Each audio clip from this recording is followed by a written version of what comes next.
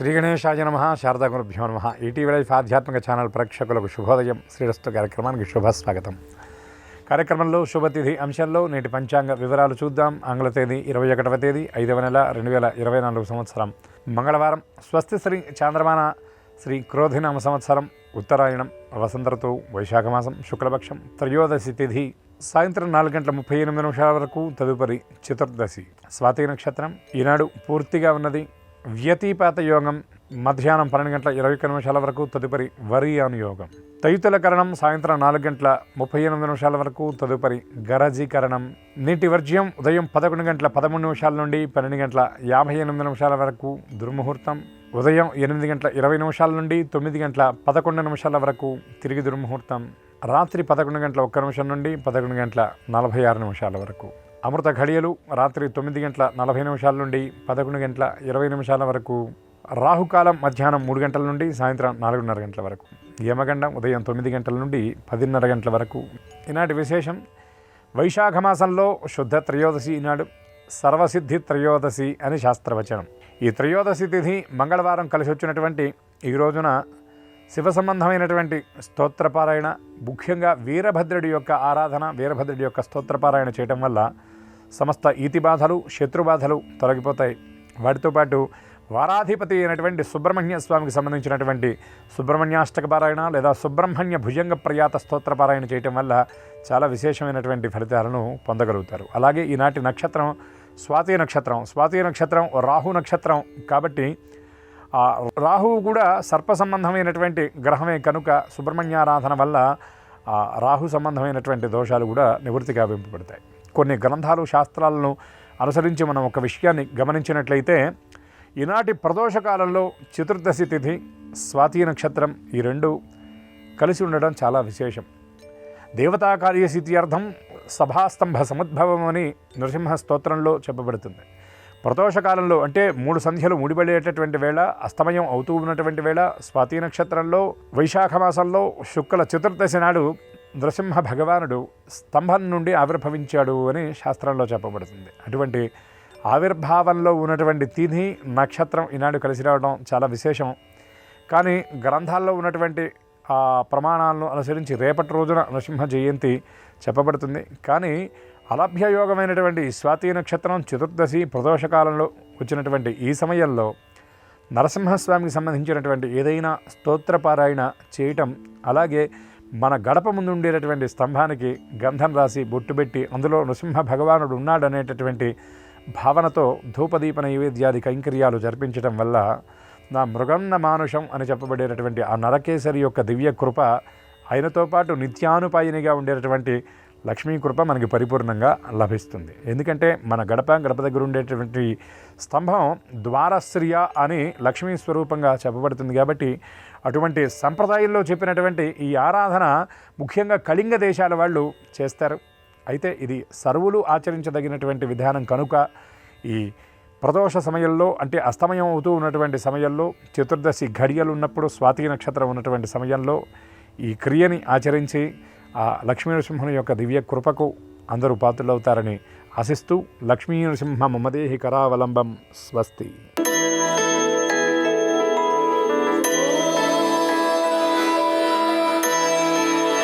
ETV life ఆధ్యాత్మిక channel ప్రేక్షకులందరికీ నమస్కారం.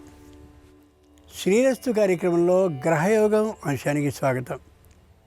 ఈనాటి గ్రహయోగం శీర్షికలో మేషాది ద్వాదశ రాశుల వారందరికీ కలిగే శుభ అశుభ ఫలితాలని, అవసరమైన సందర్భాల్లో ప్రత్యామ్నాయ మార్గాలని తెలుసుకుంటారు. అంతేకాక ఏ రాశి వారికి ఈ రోజున ఏ దిక్ ప్రయాణం లాభిస్తుందో, ఏ రాశి వారికి ఏ దైవ దర్శనం శుభ ఫలితాలని కలగజేస్తుందో, ఏ రాశివారు ఏ రంగు దుస్తుల్ని ధరించినట్లయితే సకల కార్యాలు నిర్విఘ్నంగా పరిసమాప్తం అవుతాయో, వీటితో పాటు ఏ రాశి వారికి ఏ సంఖ్య నేటికి అదృష్ట సంఖ్యగా కాబోతుందో ఆ విశేషాల్ని క్రమంగా తెలుసుకుంటారు. ముందుగా నేటి పంచాంగాన్ని చూద్దాం. ఈనాటి తిథి త్రయోదశి మంగళవారం, స్వాతి నక్షత్రం. ఇక నేటి గ్రహస్థితిని పరిశీలించి చూస్తే మేషంలో బుధుడు, వృషభంలో రవి, గురు, శుక్రుడు, కన్యలో కేతువు, తులలో చంద్రుడు, కుంభంలో శని, మీనంలో కుజ, రాహువులు గోచరిస్తున్నారు. నేటి ఈ గ్రహస్థితి ఆధారంగా ద్వాదశ రాశుల వారికి కలిగే శుభ అశుభ ఫలితాలని క్రమంగా పరిశీలించుదాం. ముందుగా మేషరాశి.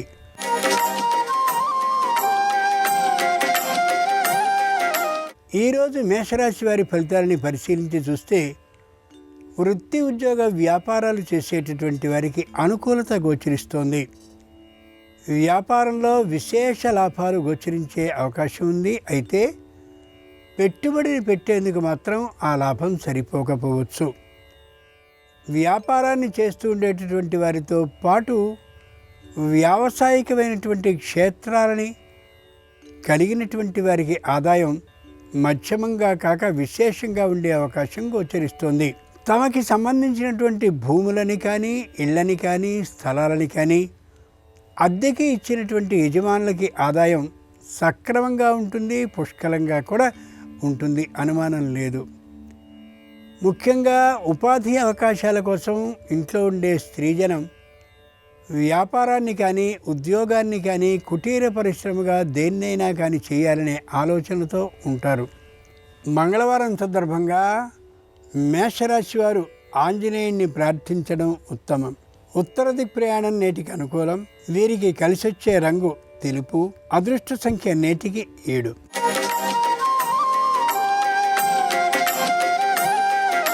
ఈరోజు వృషభ రాశి వారి ఫలితాలని పరిశీలించి చూస్తే దాదాపుగా న్యాయస్థానం వరకు వెళ్ళవలసినటువంటి అభియోగం ఒక్కసారిగా తునాతునకలైపోయి ఆ ఆలోచనని ఏమాత్రము కలగనీయకుండా చేస్తుంది. దైవం బాగా అనుకూలించేటటువంటి కాలం అయిన సందర్భంగా అపకీర్తి కానీ, అపనింద కానీ వచ్చే అవకాశమే లేదు. రావాల్సి ఉన్నప్పటికీ కూడా వృత్తిని చేస్తూ ఉండేటటువంటి వారికి వృత్తి పట్ల దైవ భావన బాగా పెరుగుతుంది. వ్యాపారాన్ని చేస్తూ ఉండేటటువంటి వారికి అన్ని విధాలైనటువంటి సౌకర్యాలని కలగచేస్తారు ఆ శాఖకు సంబంధించినటువంటి పెద్దలు. ముఖ్యంగా బంధువుల్ని, మిత్రుల్ని, శ్రేయోభిలాషుల్ని కలుసుకోగలుగుతారు. ఉద్యోగానికి సంబంధించినటువంటి అభివృద్ధి కోసమని పోటీ పరీక్షల్లో విజయాన్ని సాధించడానికి చేసిన ప్రయత్నాలు పూర్తిగా ఫలించే అవకాశం గోచరిస్తోంది. మంగళవారం సందర్భంగా వృషభ రాశి వారికి అనుకూలించే దైవం సత్యనారాయణ స్వామి.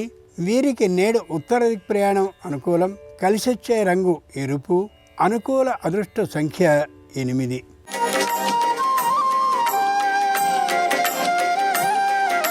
ఈరోజు మిథున రాశి వారి ఫలితాలని పరిశీలించి చూస్తే సరైనటువంటి ఆలోచన ఏమాత్రమూ లేకపోవచ్చు. తాత్కాలికంగా తండ్రికి పుత్రులకి విరోధం కలిగే అవకాశం గోచరించవచ్చు. మనోభిప్రాయ భేదాల కారణంగా ధనాన్ని విచ్చలవిడిగా ఖర్చు పెట్టేటువంటి ఆలోచనతో ఉండవచ్చు. వ్యాపారం చేస్తూ ఉండేటటువంటి వారికి స్థలాన్ని మార్చాలనే ఆలోచన కలుగుతుంది, కానీ అంతలోనే విరమించుకోగలుగుతారు. ముఖ్యంగా స్త్రీజనానికి ఆనందం మరింతగా కలుగుతూ ఉంటుంది. కుటుంబంలో ఐకమత్య భావన పెంపొందినటువంటి కారణంగా ఏ విధమైనటువంటి అసౌకర్య భావన ఉండదు.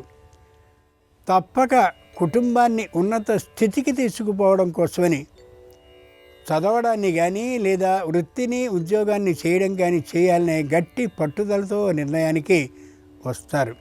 మంగళవారం సందర్భంగా మిథున రాశి వారికి అనుకూలించే దైవం సూర్యభగవానుడు. దక్షిణ దిక్ ప్రయాణం అనుకూలం. వీరికి నీలం రంగు అనుకూలిస్తుంది. అదృష్ట సంఖ్య నేటికి 6.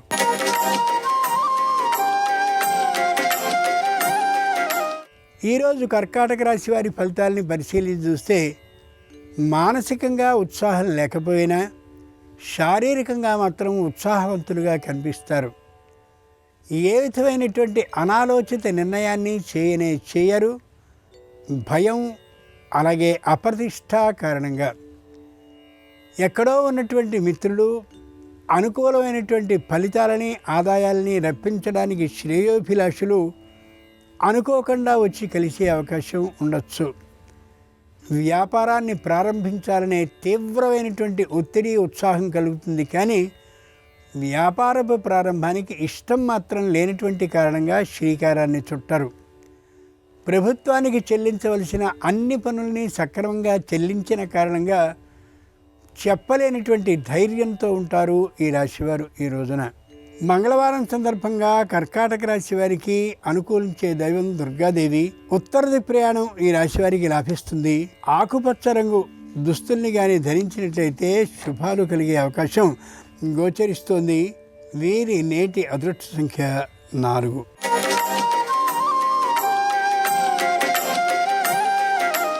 ఈరోజు సింహరాశి వారి ఫలితాలని పరిశీలించి చూస్తే కుటుంబంలో ఇంకా విద్యార్థి దశలో ఉన్నటువంటి ఆ సంతానంలోని ఆడపిల్లలు చదువుని మరింతగా పెంపొందించుకోవాలనే అభిప్రాయంతో దూర ప్రయాణాన్ని చేసి వెళ్ళిపోతారు.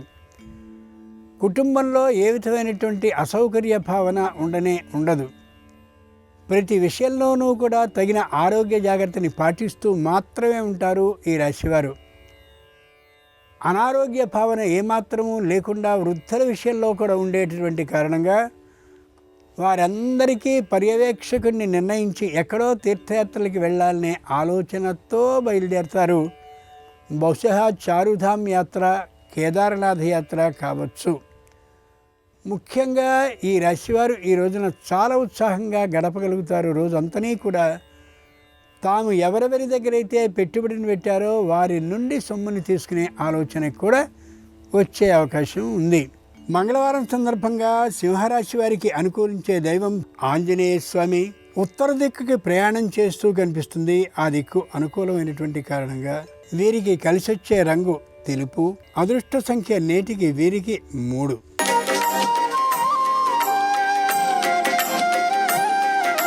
ఈరోజు కన్యారాశి వారి ఫలితాలని పరిశీలన చూస్తే తీవ్రమైనటువంటి కోప బాధతో ఉంటారు. అది ఆందోళనపూర్వకమైనటువంటి బాధ మాత్రం కాదు, ప్రాధేయపూర్వకమైనటువంటి బాధ మాత్రమే. విశేషమైనటువంటి సూచనల్ని, సలహాలని ఇచ్చేటటువంటి ఆ వ్యక్తులు శారీరకమైనటువంటి తాత్కాలిక అనారోగ్యం కారణంగా మానసికంగా ఒక మెట్టు దిగి కనిపించడంతో అందరికీ దుఃఖం ఏర్పడవచ్చు. ముఖ్యంగా తమకున్నటువంటి మంత్రశక్తితో పెద్దదైనటువంటి శిలా విగ్రహాన్ని ఓ చోట కట్టించే అవకాశం గోచరిస్తోంది.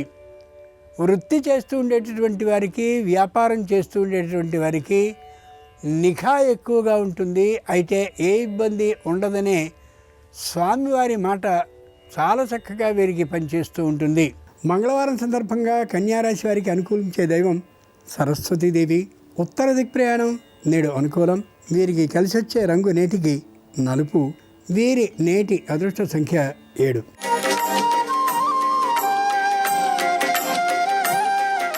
ఈరోజు తులారాశి వారి ఫలితాల్ని పరిశీలించి చూస్తే వృత్తి కోసమని దూరపు ప్రాంతానికి వెళ్ళి చేయడం అవసరం కావచ్చు. వ్యాపారాన్ని చేసేటటువంటి వారికి వ్యాపార స్థలం మార్చడం అనేది జరగచ్చు.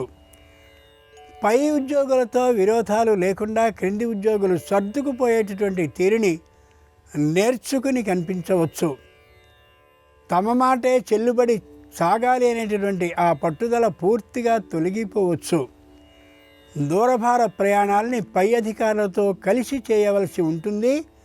అది అనుకూలమైనటువంటి పరిచయాన్ని బాగా వృద్ధి చేసేదిగా కావచ్చు. క్రీడా మైదానాల మీద ఆదాయాన్ని సంపాదించేటటువంటి వారు, అలాగే భూగర్భ జలాలతో వ్యాపారాన్ని చేసేటటువంటి వారు మంచి ఆదాయాన్ని పొందే అవకాశం గోచరిస్తోంది. మంగళవారం సందర్భంగా తులారాశి వారికి అనుకూలించే దైవం సత్యనారాయణ స్వామి. పశ్చిమ దిక్ అనుకూలం. అలాగే పసుపు పచ్చని రంగు వీరికి బాగా కలిసి వస్తే రంగు. అదృష్ట సంఖ్య 9.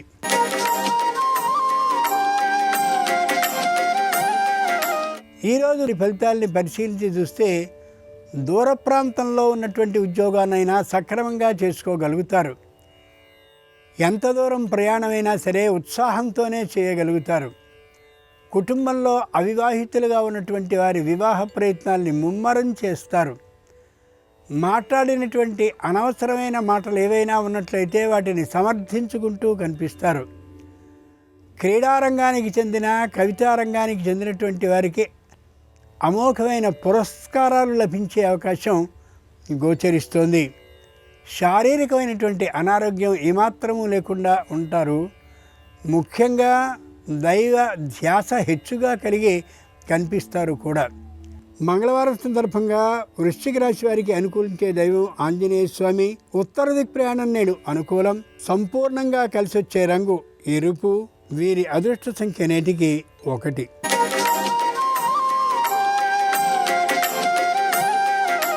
ఈరోజు ధనురాశి వారి ఫలితాలని పరిశీలించి చూస్తే మానసికమైనటువంటి ధైర్యంతో ఉంటారు.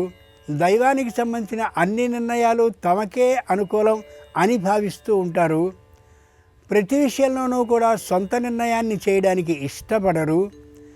అనుకూలమైనటువంటి వారి యొక్క సలహాలని, సూచనని తీసుకోకుండా ఉండరు. చేసేటటువంటి ప్రతి ప్రయత్నము కూడా ఫలిస్తుందనే స్థిర విశ్వాసంతో ఉంటారు. ఇంతేకాక తల్లిదండ్రుల సలహాలని కూడా తీసుకోవడంలో నిమగ్నులవుతూ ఉంటారు. కుటుంబంలో అనవసరమైనటువంటి చిచ్చు బయలుదేరుతుంది. దానికి కారణం కుటుంబ జనంలో ఉండే తాత్కాలిక అనైకమత్యం మాత్రమే. ముఖ్యంగా ఈ రాశివారు ఈ రోజున జాగ్రత్తగా ఆలోచించుకోగలిగినట్లయితే రాబోయేటటువంటి అనవసరమైన వివాదాలు పూర్తిగా తొలగిపోయే అవకాశం ఉంటుంది కూడా. ధనురాశి వారికి మంగళవారం సందర్భంగా అనుకూలించే దైవం దత్తాత్రేయుడు. తూర్పు దిక్ ప్రయాణం అనుకూలం. నీలం రంగు వీరికి కలిసి వస్తుంది. ఈ రోజున వీరి అదృష్ట సంఖ్య 8.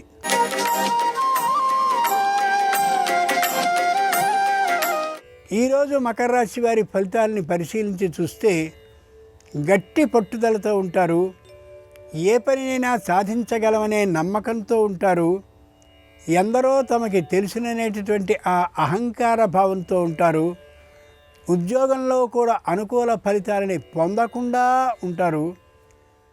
భార్య కానీ భర్త కానీ తాత్కాలిక అనారోగ్యంతో ఉండేటటువంటి కారణంగా అక్కడికి వెళ్ళినప్పటికీ కూడా దైవాన్ని దర్శించడం ఏమాత్రము ఇష్టం లేక తిరిగి వచ్చే ధోరణితో ఉంటారు. వ్యావసాయిక క్షేత్రం మీద ఆదాయం వస్తుందని భావిస్తారు, కానీ వచ్చే అవకాశం తక్కువ. చుట్టుపక్కల ఉన్నటువంటి జనంతో కూడా సంపూర్ణంగా సహృదయతతో మాట్లాడాలనే భావన లేకుండా ఏకాంతంగా గడపాలనే నిర్ణయానికి వస్తారు. మకర రాశి వారికి మంగళవారం సందర్భంగా అనుకూలించే దైవం రాజరాజేశ్వరీదేవి. ఉత్తర దిక్ ప్రయాణం నేటికి అనుకూలం. ఎరుపు రంగు నేడు వీరికి కలిసి వస్తుంది. వీరి నేటి అదృష్ట సంఖ్య 2.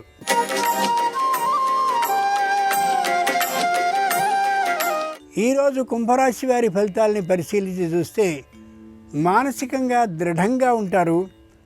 ఆర్థికమైనటువంటి లాభాలని పొందుతున్నామనే ఆనందంతో ఉంటారు. కుటుంబంలో ఉన్నటువంటి సంతానం విదేశ ప్రయాణాలని మానివేశారనే విశేషాన్ని గ్రహించి మరింత ఉత్సాహంగా ఉండగలుగుతారు. వృత్తిలో నైపుణ్యాన్ని బాగా పెంపొందించుకుంటారు. వ్యాపారంలోని మెళకువల్ని కూడా గ్రహించుకోగలుగుతారు. వృత్తి వ్యాపారాల ద్వారా మంచి ఆదాయాన్ని ఈ రోజున పొందగలుగుతారు.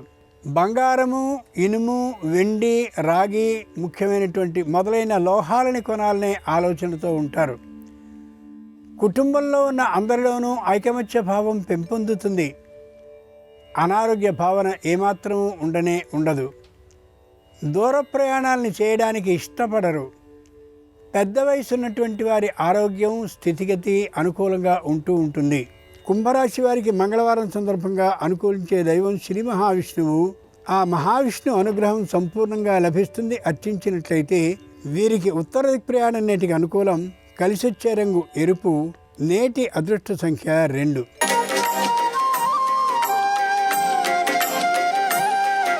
ఈరోజు మీనరాశి వారి ఫలితాలని పరిశీలించి చూస్తే స్పష్టమైనటువంటి ఆలోచనతో ఉండరు. ఏది ఏ విధంగా అప్పటికి వస్తే దాని ప్రకారం పోవాలనే అస్థిరమైన ఆలోచనతో ఉంటారు. వ్యాపారం అనుకూలంగా ఉంటుంది. ఆర్థికమైనటువంటి లాభం ఉండకపోవచ్చు. ముఖ్యంగా వృత్తిని చేస్తూ ఉండేటటువంటి వారికి వృత్తిపరమైనటువంటి నైపుణ్యం బాగా పెరుగుతుంది. అయినప్పటికీ కూడా మొగమాటం కారణంగా ఆదాయాన్ని చేసుకోలేకపోవచ్చు. దూర ప్రయాణాలని చేయడానికి విముఖతని చూపిస్తారు. ఖచ్చితంగా ఆదాయం బాగా పెరిగే అవకాశం ఉంది. అయితే దైవానికి సంబంధించినటువంటి దాన ధర్మాల విషయంలో ఖర్చు చేద్దామనే ఆలోచన చాలా తక్కువగా కలిగి ఉంటారు. ప్రతి విషయంలోనూ తాత్కాలికమైనటువంటి అశాంతి భయ భావాలతో ఉంటారు. అయితే ఏ విధమైన అశాంతి భయభావాలు ఉండకపోవచ్చు. మంగళవారం సందర్భంగా మీనరాశి వారికి అనుకూలించే దైవం గణపతి. వాయవ్య దిక్ప్రయాణం అనుకూలం. పసుపు పచ్చన రంగు నేడు వీరి కలిసొచ్చేటటువంటి రంగు. నేటి అదృష్ట సంఖ్య 4. ఇవి ఈనాడు ద్వాదశ రాశుల వారికి కలిగే శుభ అశుభ ఫలితాలు. ఈరోజు మంగళవారం అయినటువంటి సందర్భంగా ద్వాదశ రాశుల వారికి సకల శుభాలని ఆ ఆంజనేయ స్వామి ప్రసాదించాలని ప్రార్థిస్తూ స్వస్తి. నమస్కారం. శ్రీరస్తు కార్యక్రమంలో పరిహారాలు పరిష్కారాలు అనే శీర్షికకి స్వాగతం. శత్రుబాధల తీవ్రతను తగ్గింపజేసుకోవటానికి, శత్రువులను సైతం మిత్రులుగా మార్చుకోవటానికి, దృష్టి దోష తీవ్రతను అధిగమించటానికి వెల్లుల్లి మాలికకు సంబంధించి ఎలాంటి పరిహారం పాటించాలో నేటి పరిహారాలు పరిష్కారాలు అనే శీర్షికను పరిశీలిద్దాం. పరిహార శాస్త్రంలో వెల్లుల్లికి చాలా ప్రాధాన్యత ఉంది. నవగ్రహాలలో కుజుడికి రాహువుకి ప్రియమైనది వెల్లుల్లి. కాబట్టి మంగళవారం సందర్భంగా వెల్లుల్లి మాలికకు సంబంధించిన పరిహారం పాటించినట్లయితే శత్రుబాధలు దృష్టి దోషాల నుంచి సులభంగా బయటపడవచ్చు. మంగళవారం 10 వెల్లుల్లిపాయలు తీసుకొని వాటిని ఒక దండలాగా ఏర్పాటు చేసుకోవాలి.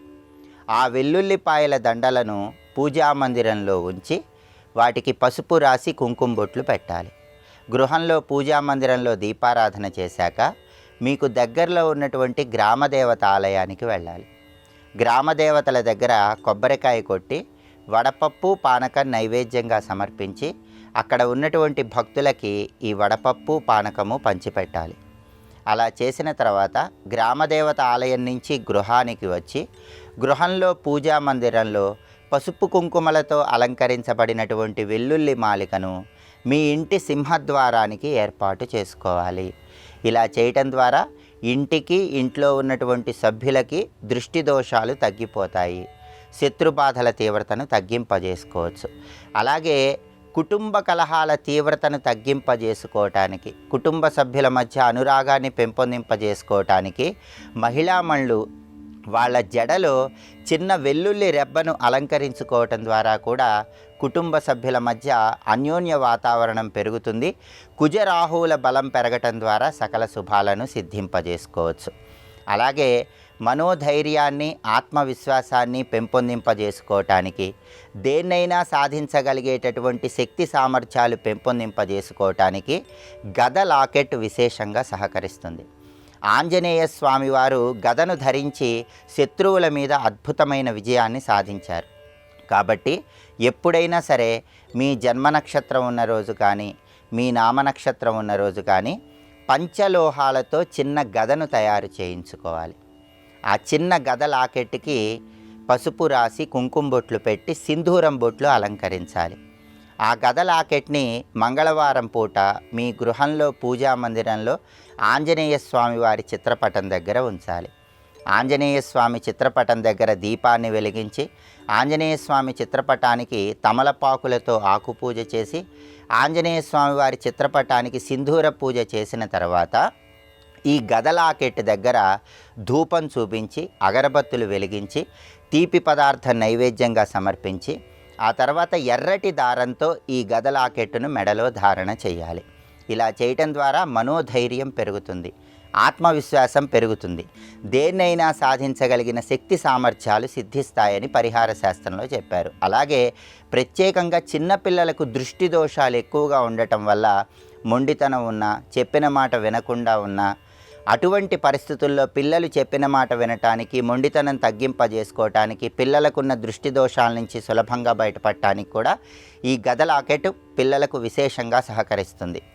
గద లాకెట్ మెడలో మంగళవారం ధరించిన తర్వాత 9 మంగళవారాలు ఆంజనేయ స్వామి ఆలయానికి వెళ్ళి ఆంజనేయ ఆలయంలో 9 ప్రదక్షిణలు కానీ 21 ప్రదక్షిణలు కానీ 41 ప్రదక్షిణలు కానీ చేసినట్లయితే గదలాకెట్ ధరించటం వల్ల వచ్చే ప్రయోజనాలు ద్విగుణీకృతం చేసుకోవచ్చని పరిహార శాస్త్రంలో చెప్పారు. అలాగే ప్రయాణాల్లో చక్కటి భద్రత లభించటానికి, ప్రయాణాలు విజయవంతం చేసుకోవటానికి, ప్రయాణాల ద్వారా మంచి ప్రయోజనాలు అందిపుచ్చుకోవటానికి కూడా ఈ గదలాకెట్ విశేషంగా సహకరిస్తుంది. కాబట్టి శత్రుబాధలు, దృష్టి దోషాలు అధిగమించటానికి వెల్లుల్లి మాలికను మంగళవారం ఇంటి సింహద్వారానికి ఏర్పాటు చేసుకోవాలి.